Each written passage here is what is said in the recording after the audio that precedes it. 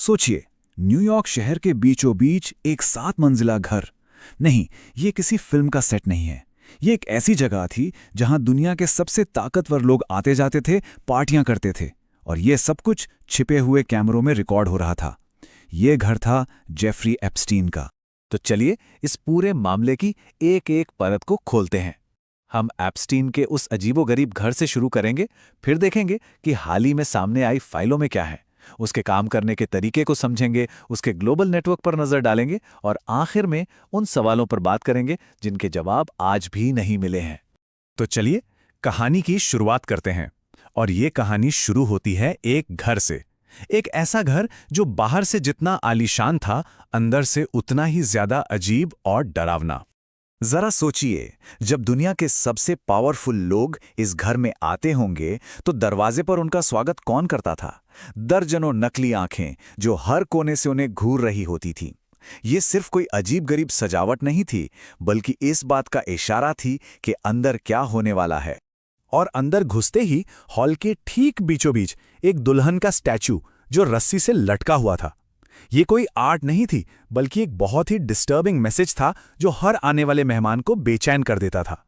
Epstein के office की shelf पर एक किताब रखी थी जो उसके दिमाग की गंदगी का एक और सुराग देती है। लोलिता का फर्स्ट एडिशन, एक ऐसी बदनाम नॉवल जिसमें एक बड़ा आदमी एक नाबालिग लड़की का शोषण करता है। ये चुनाव कोई इत्तेफाक नहीं था, बल्कि एप्स्टीन के घिनौने अपराधों की तरफ एक सीधा इशारा था। घर की इन डरावनी दीवारों से बाहर निकलें तो अब बात करते हैं उस चीज की जिसने इस पूरी कहानी को फिर से सुर्खियों में ला दिया है। हाल ही में रिलीज हुए नए डॉक्यूमेंट्स। हम बात कर रहे हैं 30 लाख से भी ज्यादा पन्नों की। एप्स्टीन फाइल्स ट्रांसपेरेंसी एक्ट के तहत इतने डॉक्यूमेंट्स रिलीज हुए। ये कोई छोटी मोटी लीक नहीं थी, ये एक तरह का डेटा का सैलाब था जिसने पूरी दुनिया में हलचल मचा दी। और इन फाइलों से जो नाम निकले, उन्होंने सबको चौंका दिया। इंटरनेशनल नामों के अलावा पहली बार इसमें भारत के कुछ बहुत बड़े नाम भी जुड़े। प्रधानमंत्री नरेंद्र मोदी, पेट्रोलियम मंत्री हरदीप सिंह पुरी और उद्योगपति अनिल अंबानी। सवाल यह है कि इन लोगों के नाम वहां कर क्या रहे थे? तो सबसे बड़ा सवाल यही उठता है कि ये सब हुआ कैसे? एक कॉलेज ड्रॉपआउट जो कभी मैथ्स टीचर था, वो इतना अमीर और पावरफुल कैसे बन गया कि दुनिया भर के अरबपति और नेता उसके आगे पीछे घूमते थे? इस कहानी का एक अहम किरदार है लेस्ली वेक्सनर, विक्टोरिया सीक्रेट जैसी बड़ी कंपनियों का मालिक। वेक्सनर ने ही एप्स्टीन को न सिर्फ अपना सारा पैसा संभालने की पावर दी, बल्कि वो आलीशान मैनहट्टन मैंशन भी लगभग मुफ्त में दे दिया। यहीं से एप्स्टीन के इस काले साम्राज्य की शुरुआत हुई। लेकिन पैसा और रुतबा ही सब कुछ नहीं था। एप्स्टीन का असली हथियार था डर और निगरानी। एक विक्टिम मारिया फार्मर ने बताया कि घर में हर जगह कैमरे थे, बेडरूम से लेकर बाथरूम तक। जैसा कि वो कहती हैं, टॉयलेट टॉयलेट, बेड बेड। मैंने सोच लिया था कि मैं यहां कभी बाथरूम इस्तेमाल नहीं करूंगी। और यहीं से सामने आती है ब्लैकमेल थ्योरी, जो बताती है कि एप्स्टीन का पूरा सिस्टम चलता कैसे था। कहा जाता है कि वो इन पावरफुल लोगों को नाबालिगों के साथ आपत्तिजनक हालत में रिकॉर्ड करता था, उन वीडियोस की सीडी बनाता था और फिर उन्हें ब्लैकमेल करने के लिए इस्तेमाल करता था। ये सिर्फ एक सेक्स ट्रैफिकिंग रैकेट नहीं था, बल्कि पावर को कंट्रोल करने का एक घिनौना खेल था। तो चलिए अब इस जाल में फंसे कुछ बड़े नामों पर नजर डालते हैं और देखते हैं कि इन नए फाइलों से क्या-क्या सामने आया है। इस लिस्ट में शायद सबसे बड़ा नाम है ब्रिटिश रॉयल फैमिली के प्रिंस एंड्रू का। वर्जीनिया गोफ्रे नाम की एक विक्टिम ने उन पर रेप का आरोप लगाया। मामला कोर्ट के बाहर तो सेटल हो गया, लेकिन बाद में वर्जीनिया ने सुसाइड कर लिया। नतीजा, एंड्रू से उनकी सारी रॉयल पदवियां छीन ली गईं। टेक वर्ल्ड के बड़े नामों का भी जिक्र है और उनका रिएक्शन काफी दिलचस्प है। एक तरफ बिल गेट्स हैं जो कहते हैं कि उनकी एप्स्टीन से कोई दोस्ती नहीं थी, लेकिन रिकॉर्ड्स बताते हैं कि वो एप्स्टीन के सजा पाने के बाद भी उससे मिले थे। दूसरी तरफ हैं गूगल के को-फाउंडर सर्गेई ब्रिन, जिनके एप्स्टीन के प्राइवेट आइलैंड पर जाने की गवाही कई लोगों ने दी है, जबकि वो इससे इनकार करते रहे हैं। अब आते हैं इंडियन कनेक्शन पर। फाइलों से अनिल अंबानी और एप्स्टीन के बीच की बातचीत सामने आई है।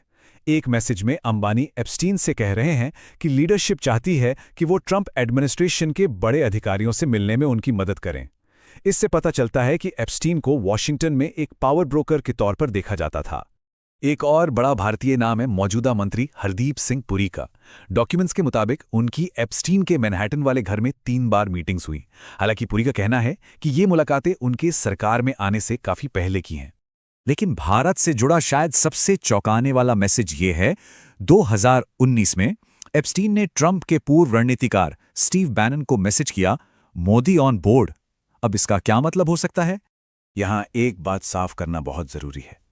इन फाइलों में प्रधानमंत्री मोदी और एप्स्टीन के बीच किसी भी तरह की सीधी बातचीत का कोई रिकॉर्ड नहीं है।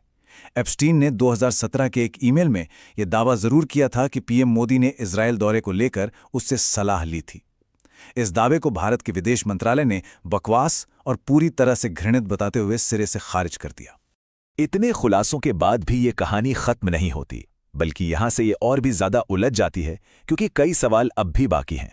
जरा सोचिए, 30 लाख से ज्यादा पन्ने तो सामने आ गए, लेकिन कहा जाता है कि ये कुल डॉक्यूमेंट्स का सिर्फ 60% हिस्सा है। मतलब करीब 40% फाइलें अभी भी छिपी हुई हैं। उनमें और कौन से राज दफन होंगे?